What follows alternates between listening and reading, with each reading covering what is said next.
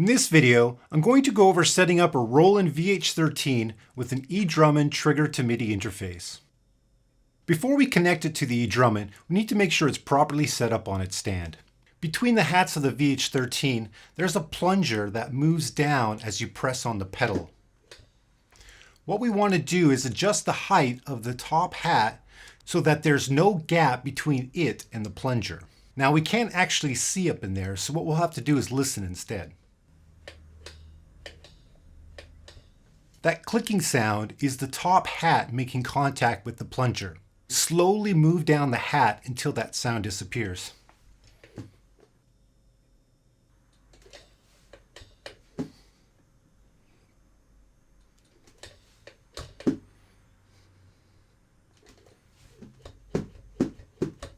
Now we'll connect the VH-13 to the eDRUMin. The controller output plugs into one of the inputs on the back of the device.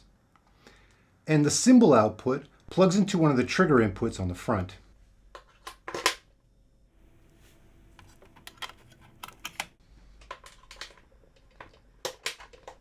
Now we'll open the control application and finish setting things up. Here is the trigger input for the VH-13 cymbal. I'm going to go ahead and load a factory preset for it to save us some time. It's a Roland hi-hat, and here's the VH-13 factory preset. The VH-13 controller is plugged into the first pedal input, so from here I'm going to select hi-hat 1 cymbal. This creates a link between the hi-hat cymbal and hi-hat controller, allowing them to communicate with each other.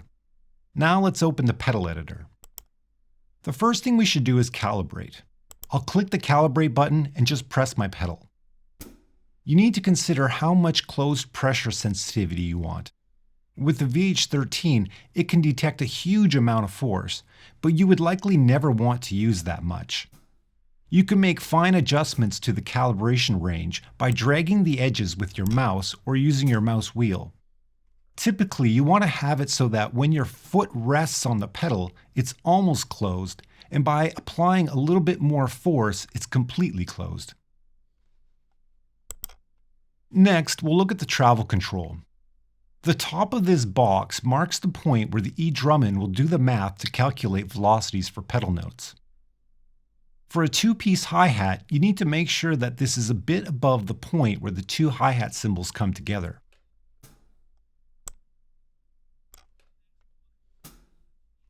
Next, we'll look at the splash sensitivity control. It's made up of two threshold controls that form a box over top of your pedal transients. The way it works is simple. Whenever the transient passes up and out of the top of the box, a splash note will be triggered. A quick way to set it up is to do some fast stepping and make adjustments so that you don't get any false splash triggers. When properly set up, you should have a good distinction between pedal notes and splash notes.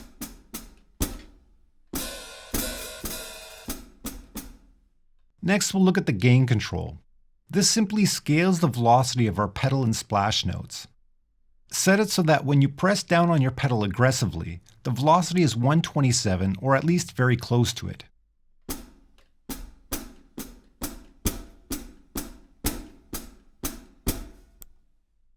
You can also further fine-tune the dynamics of your pedal notes using the velocity curve control.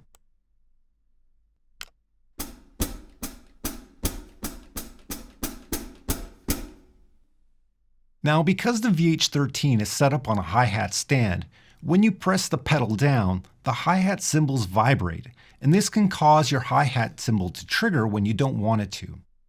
To prevent the cymbal from triggering, use the Crosstalk Control. The meter in this control shows precisely how much crosstalk cancellation is needed to prevent any mistriggers. Set the value of the control a bit higher than the reading in the meter. If you set it too low, then you'll hear hi-hat cymbal mistriggers, and if you set it too high, the pedal might cancel out hi-hat hits that it shouldn't. The last thing I'll talk about is fine-tuning the positional Cc that the eDRUMin sends out. By manipulating the expression curve, you effectively adjust how fast the pedal is opening or closing at any given point along its travel. The steeper the slope, the faster the CC values will change.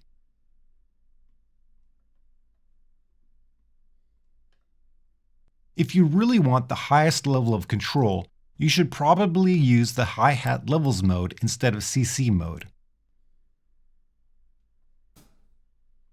This lets you adjust transition points along the travel of your pedal, which the eDRUMin will use to dynamically change the notes that your hi-hat cymbal sends out. This can be a lot more intuitive, as it gives you a very clear representation of which notes your hi-hat will trigger.